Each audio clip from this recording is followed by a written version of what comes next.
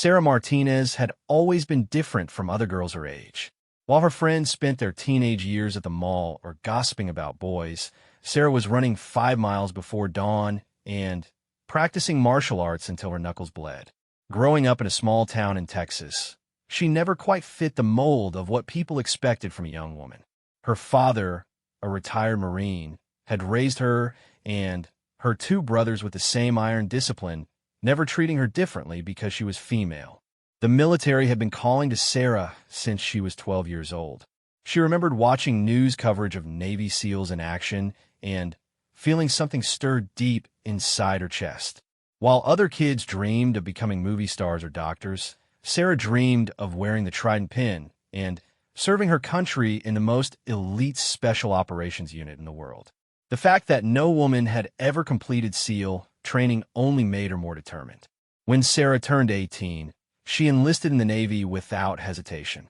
Her family wasn't surprised. Her father had seen the fire in her eyes for years, and her mother, though worried, knew better than to try to talk her daughter out of something she had set her mind to. Sarah's determination had always been legendary in their household. When she was 8, she had practiced riding her bike for 14 hours straight until she could ride without training wheels. When she was 15, she had taught herself to speak Spanish fluently in 6 months just because she decided she wanted to. Basic training was challenging, but not in the way Sarah had expected. The physical demands were tough, but she had prepared for that. What caught her off guard was the culture. From day one, she faced comments about her appearance, her abilities, and her place in the military. Some instructors seemed determined to break her spirit, pushing her harder than they pushed the male recruits, looking for any sign of weakness they could exploit. But Sarah had learned something important from her father. Never let them see you sweat, never let them see you cry, and never, ever give them the satisfaction of quitting. Every morning, she woke up at 4 in the morning to do extra training. While her fellow recruits slept, Sarah ran an additional 3 miles and did 200 extra push-ups. When others complained about the food, the conditions, or the treatment, Sarah stayed quiet and focused on her goal. The other recruits began to notice her work ethic. Some respected it, others resented it. Sarah learned early that being excellent as a woman in the military meant walking a tightrope. Excel too much, and you were trying to show up the men. Excel too little, and you proved their point that women didn't belong.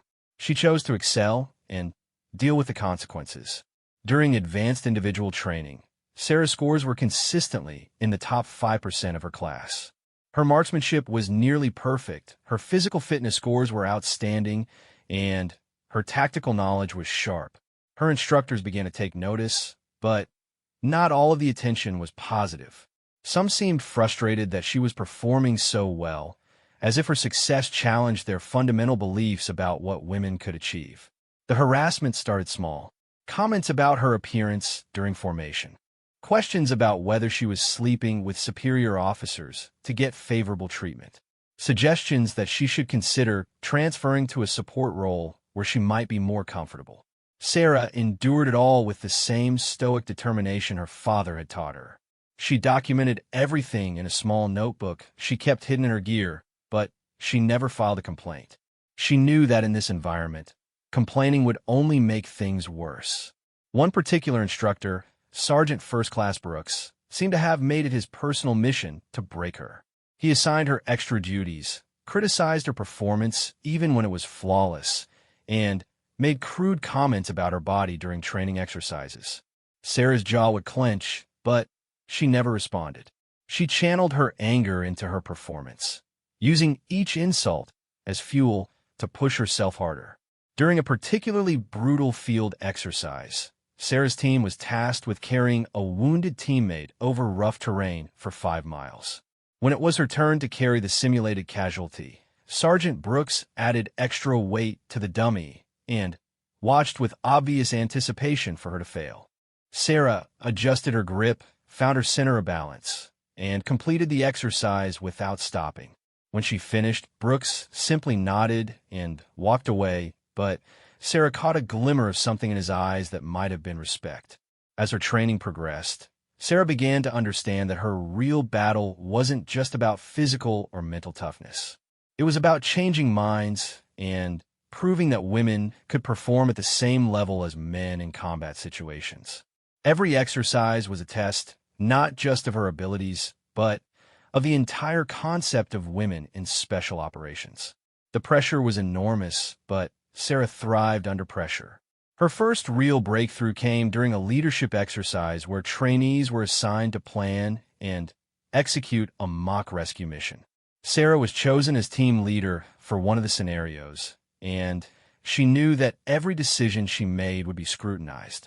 She spent hours studying maps, analyzing possible approaches, and considering every contingency. When the exercise began, her team executed flawlessly.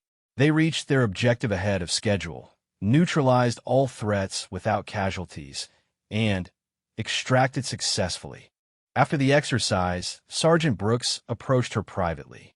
For the first time in months, he didn't look at her with disdain. Instead, he studied her face carefully before speaking. "Martinez," he said, "that was some of the finest tactical leadership I've seen from trainee. You've got the makings of something special." It was the first genuine compliment she had received from any instructor, and it meant more to her than any medal. But with recognition came new challenges. Some of her fellow trainees began to resent her success.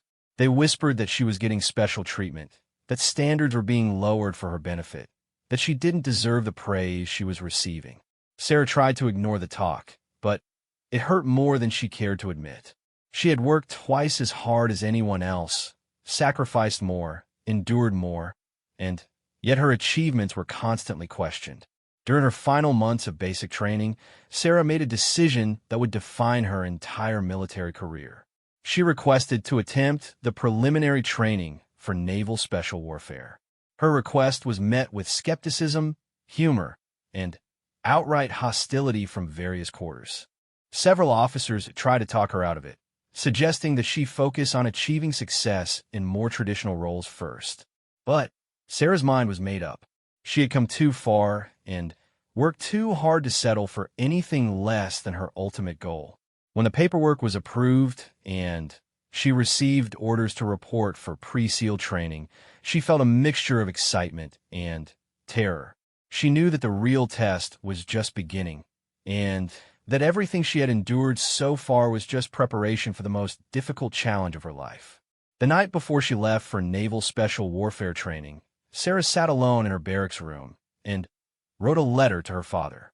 In it, she thanked him for teaching her to be strong, for never treating her like she was fragile, and for believing in her even when others didn't. She told him that no matter what happened next, she would make him proud. As she sealed the envelope, Sarah felt a sense of calm determination settle over her.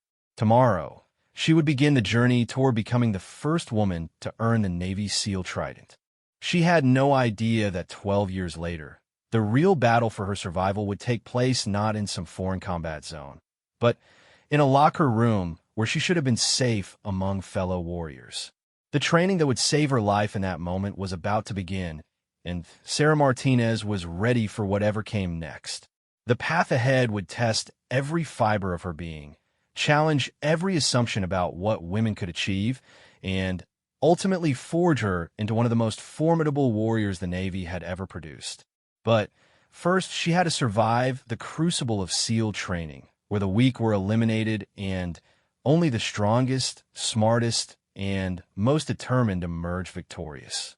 As Sarah packed her gear that night, she had no way of knowing that her journey would lead her through 12 years of the most elite military service, through battles in hostile territories around the world, and ultimately to a confrontation that would test not just her combat skills, but her courage to stand up for justice within the very institution she had dedicated her life to serving.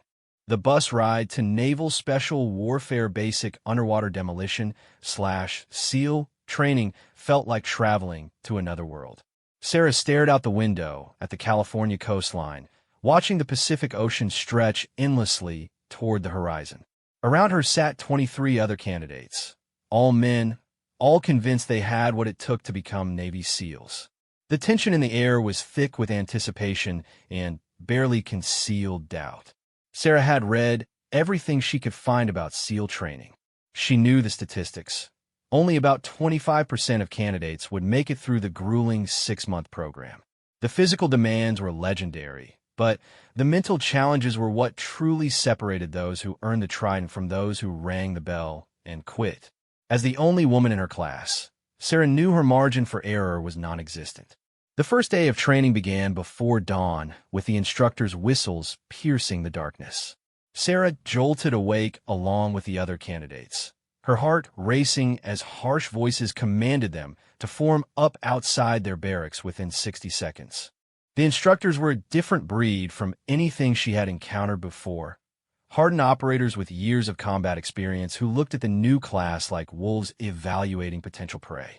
Instructor Chief Petty Officer Williams stood before the assembled group, his eyes scanning each candidate with clinical precision. When his gaze fell on Sarah, he paused for just a moment longer than with the others. "Ladies and gentlemen," he announced, his voice carrying the authority of someone who had earned his position through blood, sweat, and combat experience. "Welcome to the most challenging military training in the world. Over the next 6 months, we will strip away everything you think you know about yourselves and rebuild you into something stronger." The first weeks of training were a blur of endless physical exercise, ocean swims in frigid water, and obstacle courses designed to push the human body to its absolute limits. Sarah discovered muscles she never knew existed as they screamed in protest from the constant abuse. The instructors showed no mercy for anyone, regardless of background, experience, or gender. Everyone suffered equally under their relentless demands for perfection. But Sarah quickly realized that while the physical challenges were brutal, the psychological warfare was even more intense. The instructors seemed to have an uncanny ability to identify each candidate's specific weaknesses and exploit them mercilessly. For Sarah, they focused on her isolation as the only woman in the group and her determination to prove herself worthy. During the infamous Hell Week, a 5-day period of continuous training with minimal sleep and maximum physical stress, Sarah faced her darkest moments. As candidates dropped out one by one, ringing the bell that signaled their surrender, Sarah battled not just exhaustion and pain, but a constant barrage of suggestions that she should follow their example. Instructors questioned whether she was putting her teammates at risk by being there, whether she had the physical strength necessary for real combat operations. One particularly brutal night during Hell Week, Sarah found herself struggling through surf torture, lying in the freezing Pacific Ocean while waves crashed over the candidates for what felt like hours. Her body was shaking uncontrollably from hypothermia, and she could barely feel her fingers or toes. Next to her, a candidate who had been one of the strongest performers in the class was crying and begging to be allowed to quit.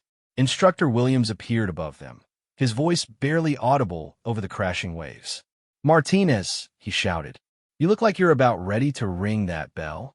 Your lips are blue, you're shaking like a leaf, and I can see in your eyes that you're thinking about how warm and comfortable your old job was." Sarah tried to respond, but her jaw was chattering too violently to speak clearly. "I didn't hear you," Williams continued. "Are you ready to quit?" Sarah forced her frozen lips to work, summoning every ounce of determination she possessed. "No, sir," she managed to shout back. "I'm not going anywhere." Williams studied her face for a long moment, then nodded almost imperceptibly before moving on to torment the next candidate. That small gesture of acknowledgement gave Sarah the strength to endure the remaining hours of that hellish exercise. As the weeks progressed, Sarah began to earn grudging respect from both instructors and fellow candidates. Her performance on land navigation exercises was flawless. Her shooting scores were consistently among the highest in the class, and her tactical understanding impressed even the most experienced instructors. More importantly, she never complained, never asked for special treatment, and never showed weakness in front of the others. The underwater training proved to be one of Sarah's greatest strengths. While many candidates struggled with the claustrophobic feeling of being submerged for extended periods, Sarah seemed to thrive in the aquatic environment. During pool competency exercises where instructors would attack candidates underwater and tie their breathing apparatus in knots, Sarah remained calm and methodical, untangling the equipment and completing the exercise while others panicked and failed. One of the most challenging aspects of training was the team-building exercises that required absolute trust between candidates. Sarah had to prove that she could carry her weight, literally, when teams were required to transport heavy equipment across long distances. During one exercise, when a teammate was injured and couldn't continue, Sarah volunteered to carry both his gear and her own for the remaining 12 miles of the march. By the time they reached the finish line, her shoulders were bleeding from the straps, but she had completed the exercise without slowing down her team. The academic portion of SEAL training revealed another of Sarah's strengths. Her ability to absorb and apply complex tactical information was remarkable, and she consistently scored at the top of her class in subjects ranging from demolitions to foreign weapon systems.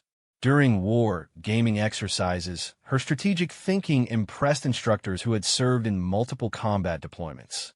But perhaps Sarah's greatest asset was her ability to remain calm under extreme stress.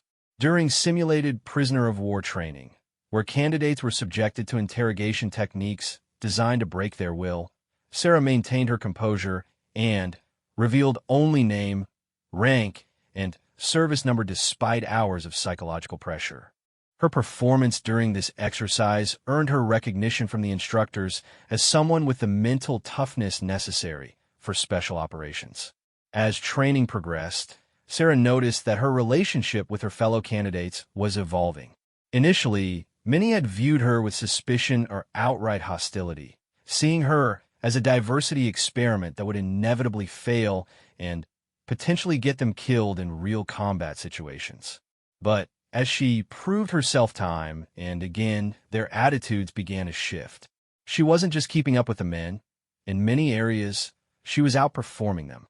The breakthrough moment came during a complex hostage rescue simulation where Sarah was designated as team leader.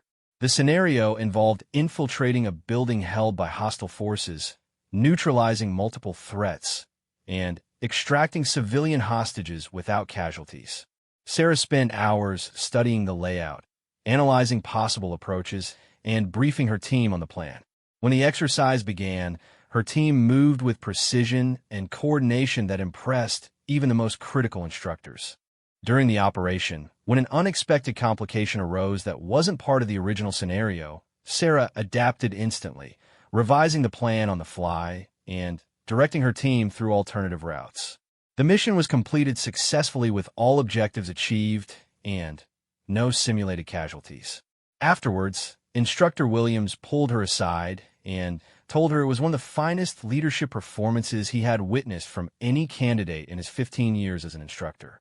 The final phase of SEAL training focused on advanced combat techniques and specialized skills that would be essential in real-world operations.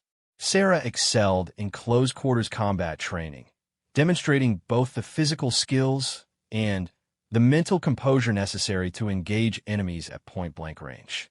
Her marksmanship continued to improve, and she became proficient with every weapon system in the SEAL arsenal. During the final exercises before graduation, Sarah participated in a week-long field training exercise that simulated real combat conditions as closely as possible. Her team was tasked with conducting multiple operations behind enemy lines, including reconnaissance missions, direct action raids, and counterterrorism operations. Throughout the week, Sarah's performance was consistently outstanding, earning praise from instructors and teammates alike. The night before graduation, Sarah sat alone on the beach near the training facility, watching the sunset paint the Pacific Ocean in brilliant shades of orange and red. She thought about the journey that had brought her to this point, the years of preparation, the months of brutal training, and the constant battle to prove that she belonged among the elite warriors of the Navy SEALs. Tomorrow, she would become the first woman to earn the Navy's SEAL Trident, but she knew that her real challenges were just beginning.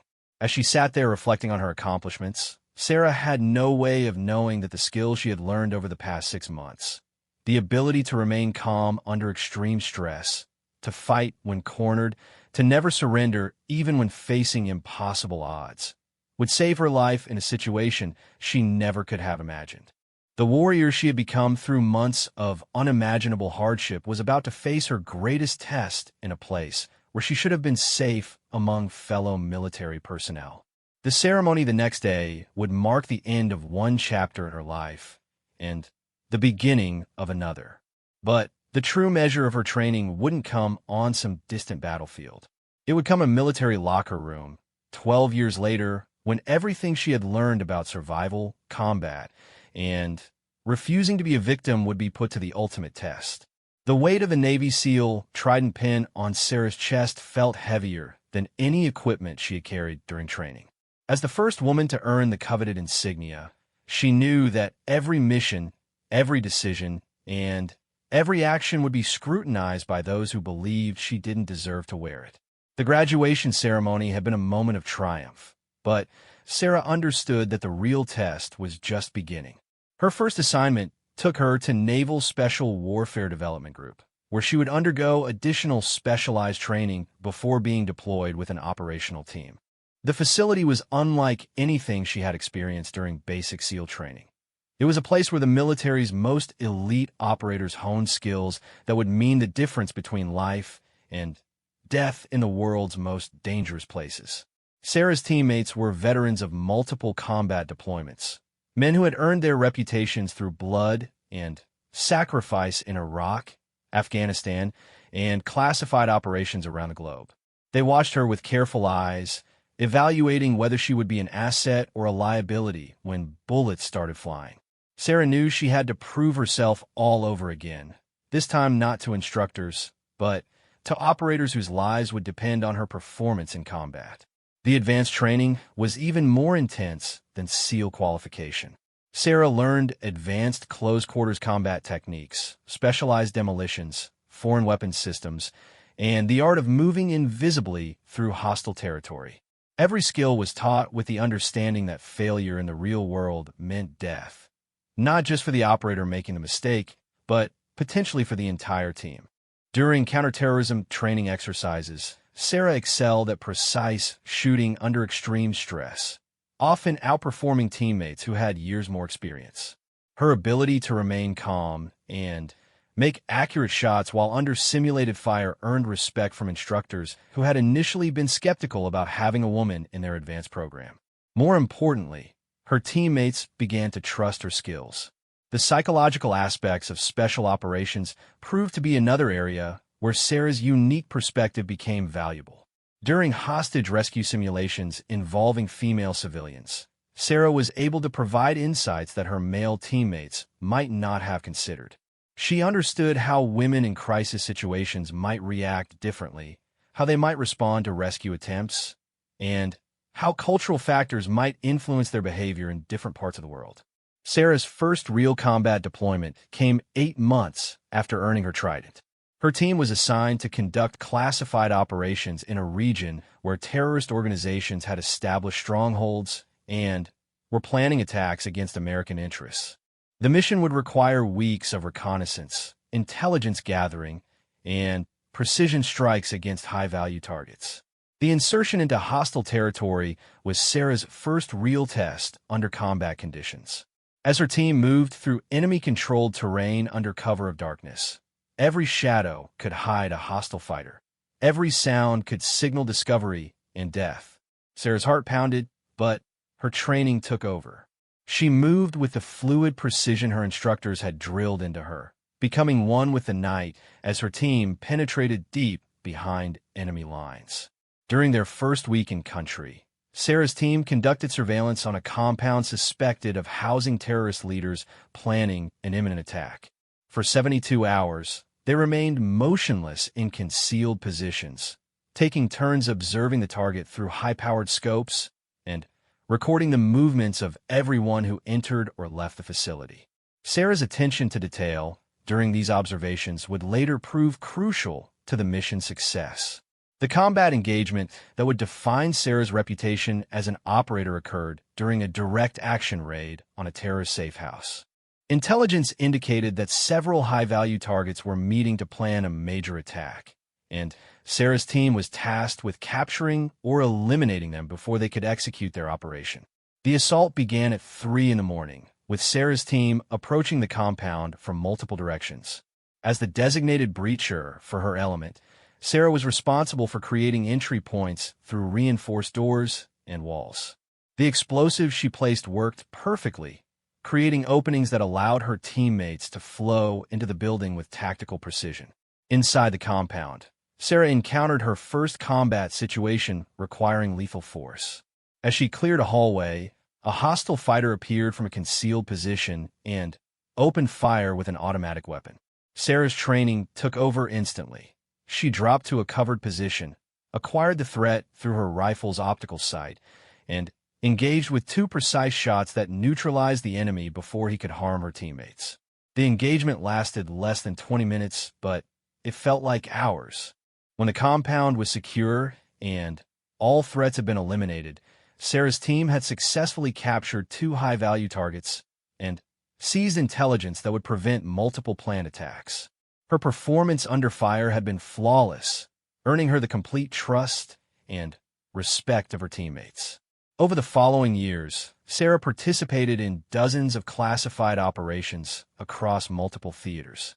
She conducted reconnaissance missions in hostile territory, participated in direct action raids against terrorist strongholds, and served as a precision marksman in operations requiring surgical strikes against specific targets. Her reputation as an elite operator grew with each successful mission. One of her most challenging deployments involved a 6-month assignment in a region where cultural attitudes toward women made her presence potentially dangerous if discovered. Sarah worked closely with female civilians to gather intelligence that would have been impossible for male operators to obtain. Her ability to blend into local populations and gain the trust of women who had crucial information proved invaluable to the mission's success.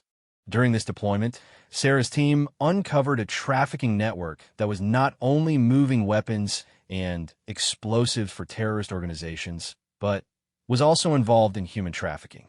Sarah's interactions with female victims provided intelligence that led to the dismantling of the entire network and the rescue of dozens of women and children who had been held against their will.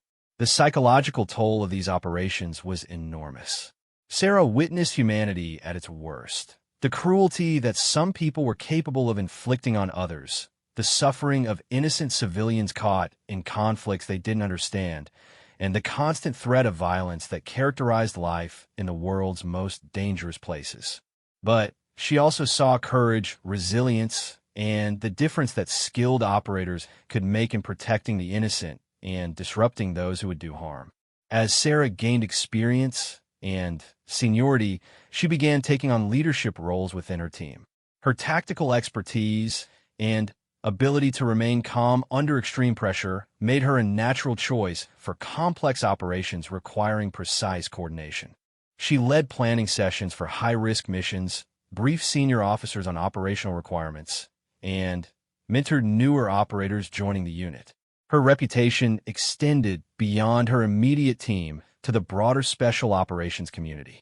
Senior commanders began specifically requesting Sarah for operations that required her unique combination of skills and experience. She became known as an operator who could be counted on to complete any mission, regardless of how difficult or dangerous it might be. But with recognition came new challenges. As Sarah's profile within the special operations community grew, she began to attract attention from those who resented her success. Some viewed her accomplishments with suspicion, suggesting that she had received preferential treatment or that standards had been lowered to accommodate her presence in the units. Others made crude comments about her appearance or speculated about her personal relationships with fellow operators. Sarah learned to navigate these challenges with the same determination that had carried her through SEAL training. She documented incidents of harassment, but rarely reported them formally, knowing that doing so might jeopardize her standing within the tight-knit special operations community. She focused on her performance, allowing her results to speak for themselves. During her 8th year as a SEAL, Sarah was selected for a specialized assignment that would take her to one of the most dangerous regions in the world. The mission involved embedded operations with local forces, training indigenous fighters in counterterrorism techniques, while gathering intelligence on terrorist networks operating in the area. It was the kind of assignment that only the most experienced and trusted operators received. The deployment lasted 10 months and was one of the most successful operations of its kind.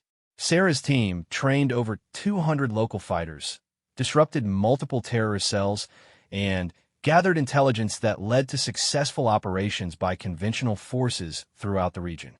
Her ability to work effectively with local populations and understand cultural nuances made her particularly effective in this type of assignment. When Sarah returned from that deployment, she had completed over 12 years of service as a Navy SEAL and had participated in more classified operations than many operators who had served for 20 years.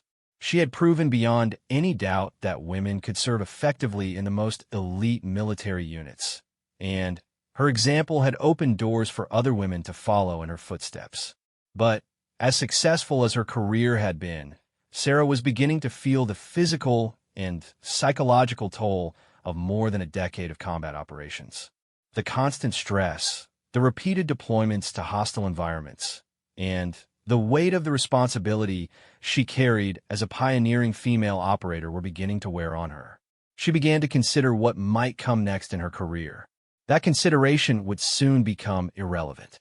In just a few weeks, Sarah would face a different kind of battle, one that would test not her tactical skills or her ability to engage enemy forces, but her courage to stand up for justice within the military institution she had dedicated her life to serving. The enemy she would face wouldn't be foreign terrorists or hostile fighters, but fellow American service members who believed they could use their positions of power to prey on someone they perceived as vulnerable. They were about to discover just how wrong they could be about Sarah Martinez, and the confrontation that was coming would reshape not only her life, but the entire conversation about women in combat roles and the military's responsibility to protect its own warriors from threats within their own ranks. After 12 years of operational deployments, Sarah had been assigned to a training command where she would pass on her hard-earned expertise to the next generation of special operations personnel.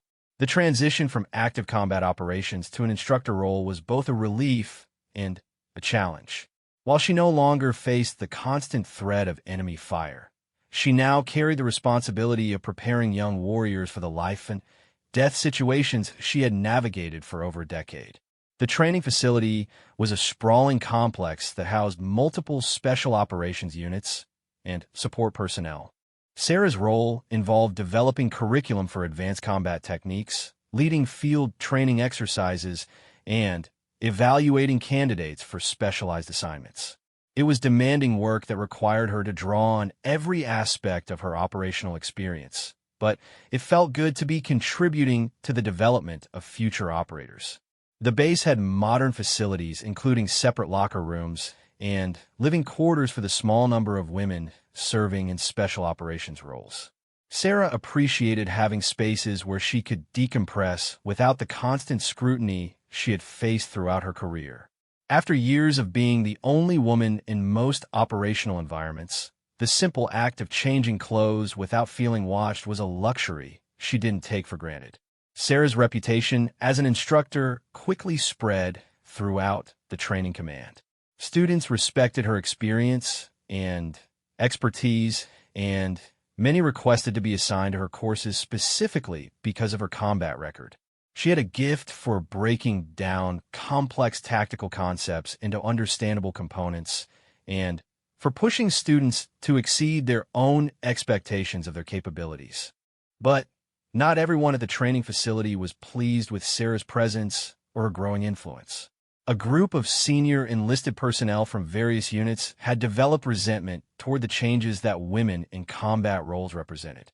They viewed Sarah's success as a threat to traditional military culture and made their displeasure known through subtle acts of disrespect and exclusion. The leader of this informal group was Staff Sergeant Marcus Thompson, a veteran of multiple deployments who had never advanced beyond his current rank due to disciplinary issues that never quite resulted in formal charges. Thompson was known for his crude humor, his aggressive behavior toward those he perceived as weak, and his vocal opposition to women serving in combat roles. He commanded respect through intimidation and had surrounded himself with like-minded individuals who shared his views.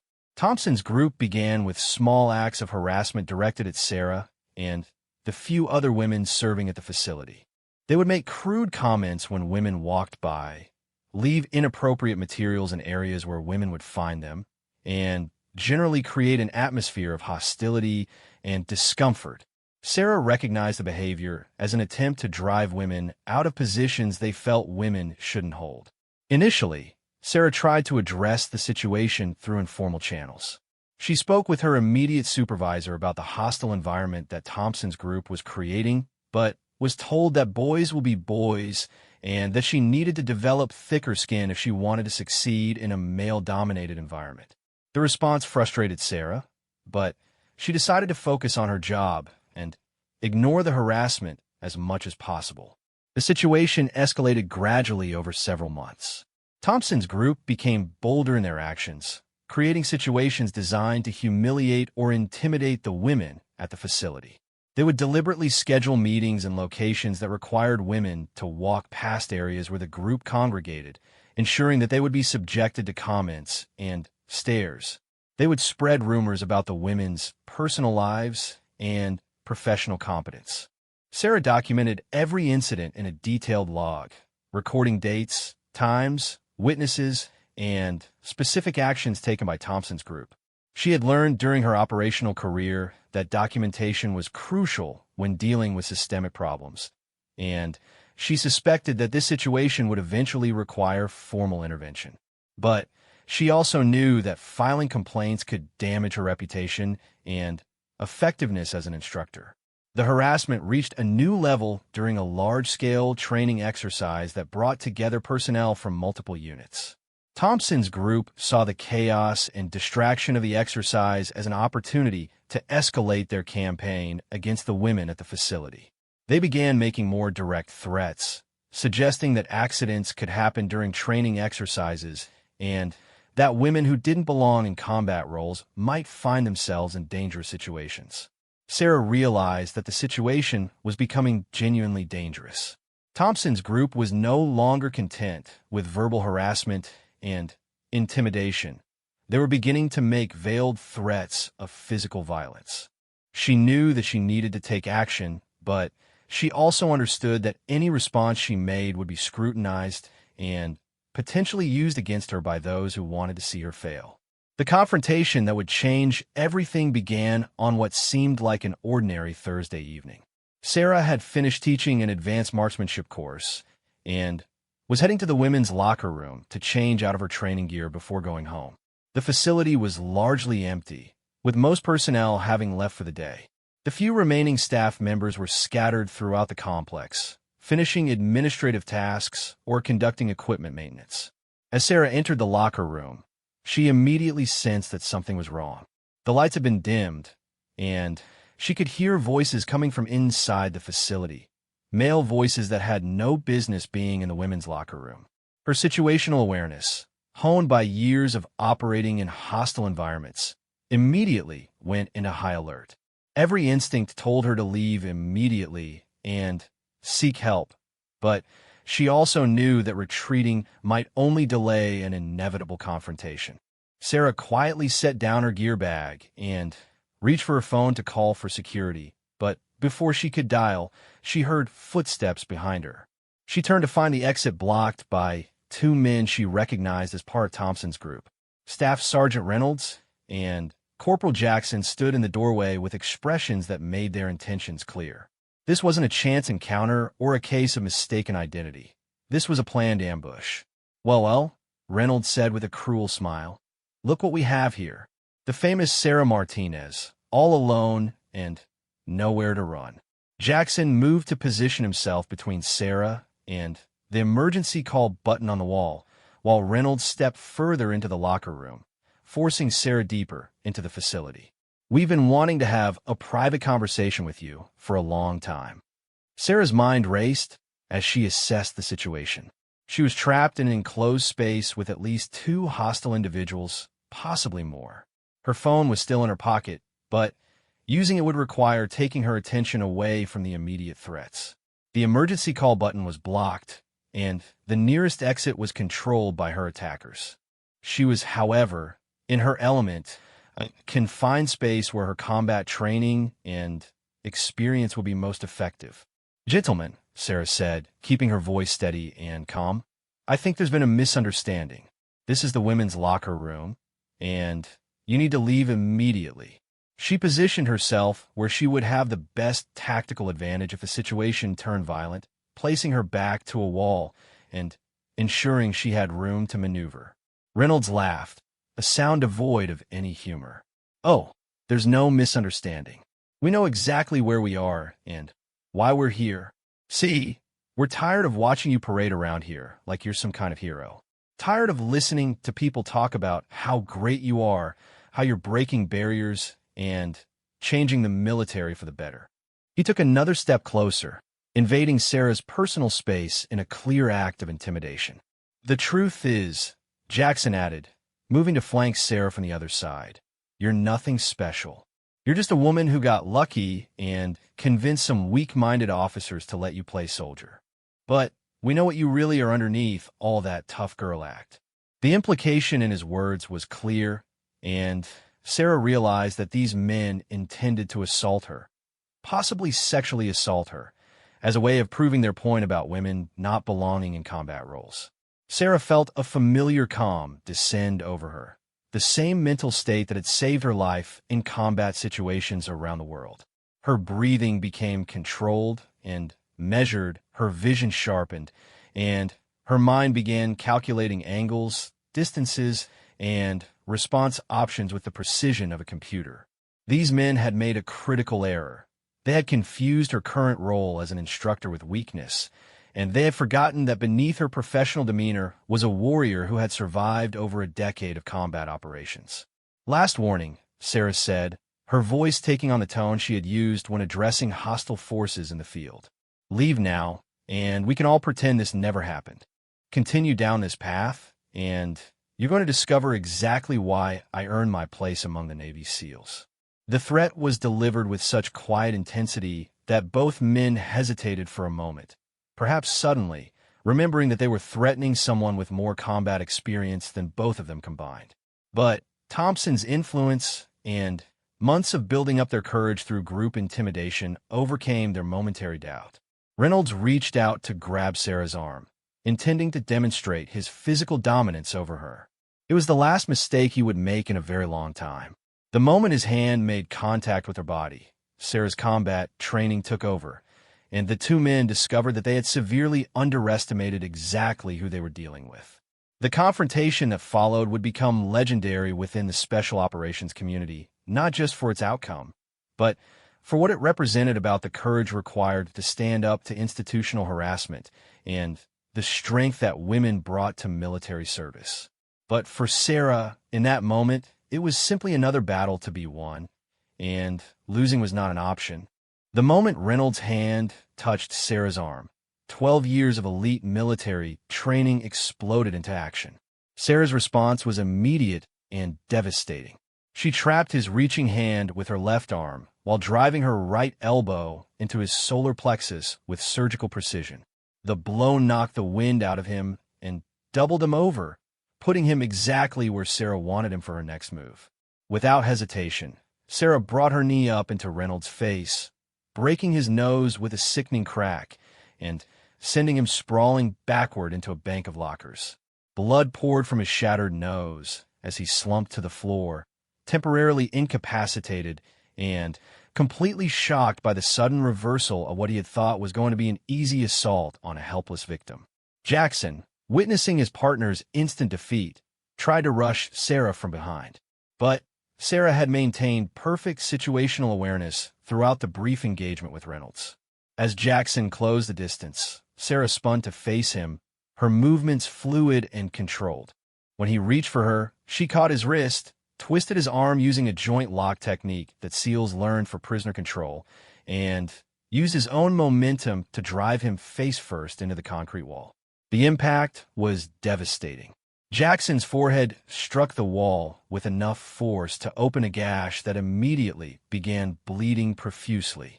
He dropped to his knees, dazed and disoriented, his attempt to assault Sarah having lasted less than 3 seconds from start to finish. But Sarah's ordeal wasn't over. As she moved toward the exit, Staff Sergeant Thompson himself appeared in the doorway, flanked by 2 more men from his group. Thompson's face showed a mixture of rage and disbelief as he took in the scene. 2 of his men lying injured on the floor, defeated by the woman he had spent months undermining and harassing. "You just made the biggest mistake of your life," Thompson snarled, pulling out his military-issued knife. The other 2 men spread out to flank Sarah, clearly intending to use their numerical advantage and the weapon to overwhelm her. Thompson's expression had moved beyond harassment or intimidation.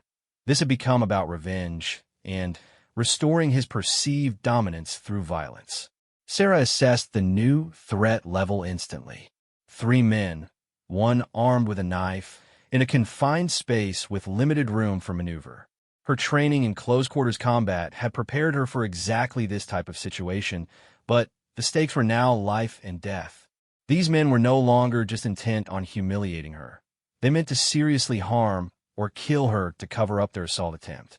"Thompson," Sarah said, her voice steady despite the adrenaline coursing through her system, "you have one chance to walk away from this. Take your men and leave, and maybe we can all survive this situation." Even as she spoke, her body was coiling like a spring, preparing for the violent confrontation that seemed inevitable. Thompson's response was to lunge at her with the knife, aiming for her midsection. But Sarah had faced enemies with knives before in hostile territory, and these poorly trained bullies were nowhere near the caliber of the professional fighters she had encountered in combat zones. She sidestepped Thompson's clumsy attack, grabbed his knife hand, and used a disarming technique that sent the weapon skittering across the floor while simultaneously breaking 2 of Thompson's fingers. Thompson screamed in pain and rage, cradling his injured hand while his remaining 2 accomplices hesitated, suddenly uncertain about their chances against someone who had just defeated 3 men in rapid succession. Sarah used their momentary confusion to her advantage, pressing her attack to end the threat decisively.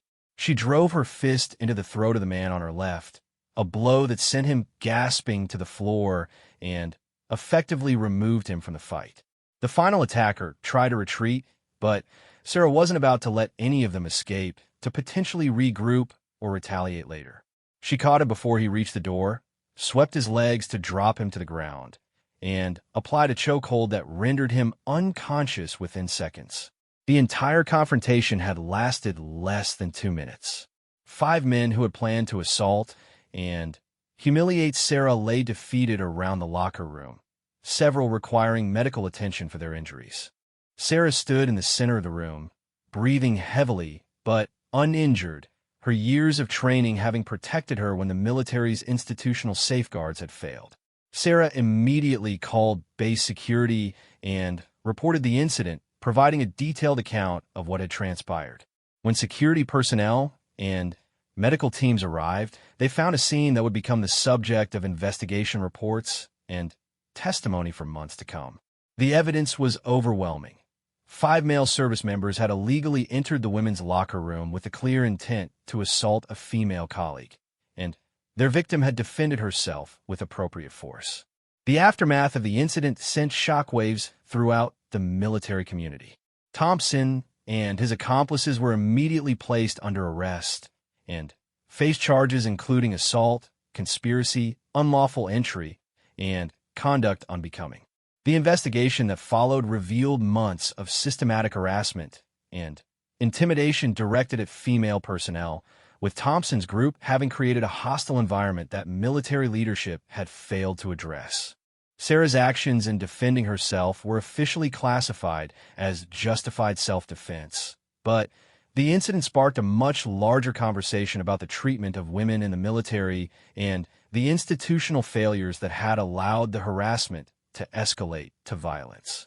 Congressional hearings were held, policies were reviewed, and senior officers who had ignored previous complaints faced career consequences. The media attention that followed was intense, but largely positive. Sarah's story became a symbol of women's courage and capability in military service, demonstrating that female service members could not only perform at the highest levels in combat roles, but could also defend themselves against those who would prey upon them. Editorial writers and women's rights advocates pointed to her example as proof that women belonged in all aspects of military service. But for Sarah, the victory came at a personal cost. The incident had forced her to use violence against fellow American service members, something she had never imagined would be necessary. The psychological impact of being betrayed by the institution she had served so faithfully was profound, challenging her faith in the military culture she had dedicated her life to protecting and serving. The support she received from the special operations community was overwhelming. Fellow SEALs, both men and women, rallied around her, providing testimony about her character and capabilities that helped counter any attempts to blame her for the incident. Senior officers who had served with her in combat operations spoke publicly about her professionalism and heroism, making it clear that Thompson's group represented the worst of military culture, not its norm. Sarah's commanding officer, Captain James Mitchell, personally ensured that she received full support throughout the investigation and its aftermath. He had served with Sarah in operational environments and knew her to be one of the finest warriors he had ever commanded. His unwavering support helped protect her from retaliation attempts and ensured that her career remained on track despite the controversy. The trial of Thompson and his accomplices was swift and decisive. Faced with overwhelming evidence and testimony from multiple witnesses about their pattern of harassment, all 5 men pleaded guilty to various charges. Thompson received a dishonorable discharge and significant prison time, while the others received lesser, but still severe punishments. The message sent throughout the military was clear: harassment and assault would not be tolerated, regardless of the perpetrator's rank or length of service. In the months following the incident, Sarah noticed significant changes in the culture at the training facility. New policies were implemented to prevent harassment, additional women were assigned to leadership positions, and the hostile environment that Thompson's group had created was replaced by a more professional and inclusive atmosphere. Sarah's courage in standing up to her attackers had not only protected her own safety, but had made the workplace safer for all women serving at the facility. Sarah continued her career as an instructor, eventually being promoted to positions of increasing responsibility within the special operations training community. She became a sought-after speaker at military conferences and civilian events, sharing her experiences and advocating for continued progress in integrating women into all aspects of military service. Years later, Sarah would reflect on that night in the locker room as a turning point not just in her own life, but in the broader struggle for equality and respect within the military. The skills she had learned as a Navy SEAL had saved her life, but more importantly, her willingness to fight back had sent a message that would protect countless other women who would follow in her footsteps. The incident became a case study taught in military leadership courses, demonstrating the importance of addressing harassment before it escalates to violence, and the consequences of failing to protect all service members regardless of gender. Sarah's example showed that women in the military were not victims waiting to be protected, but warriors capable of standing up for themselves and others when called upon to do so. Today, Sarah serves as a senior advisor on women's integration in special operations, working to ensure that future generations of female warriors will face fewer barriers and better support systems than she encountered. The path she blazed through 12 years of distinguished service, culminating in her courageous stand against those who would diminish her service, continues to inspire women and men throughout the military to strive for excellence and to stand up for what is right, regardless of the personal cost. The woman who had once dreamed of earning the Navy SEAL Trident had not only achieved that goal, but had used her skills and courage to make the military a better place for all who serve. Her legacy extends far beyond her own accomplishments, encompassing the countless lives she has touched and the institutional changes she helped bring about through her unwavering commitment to excellence and justice.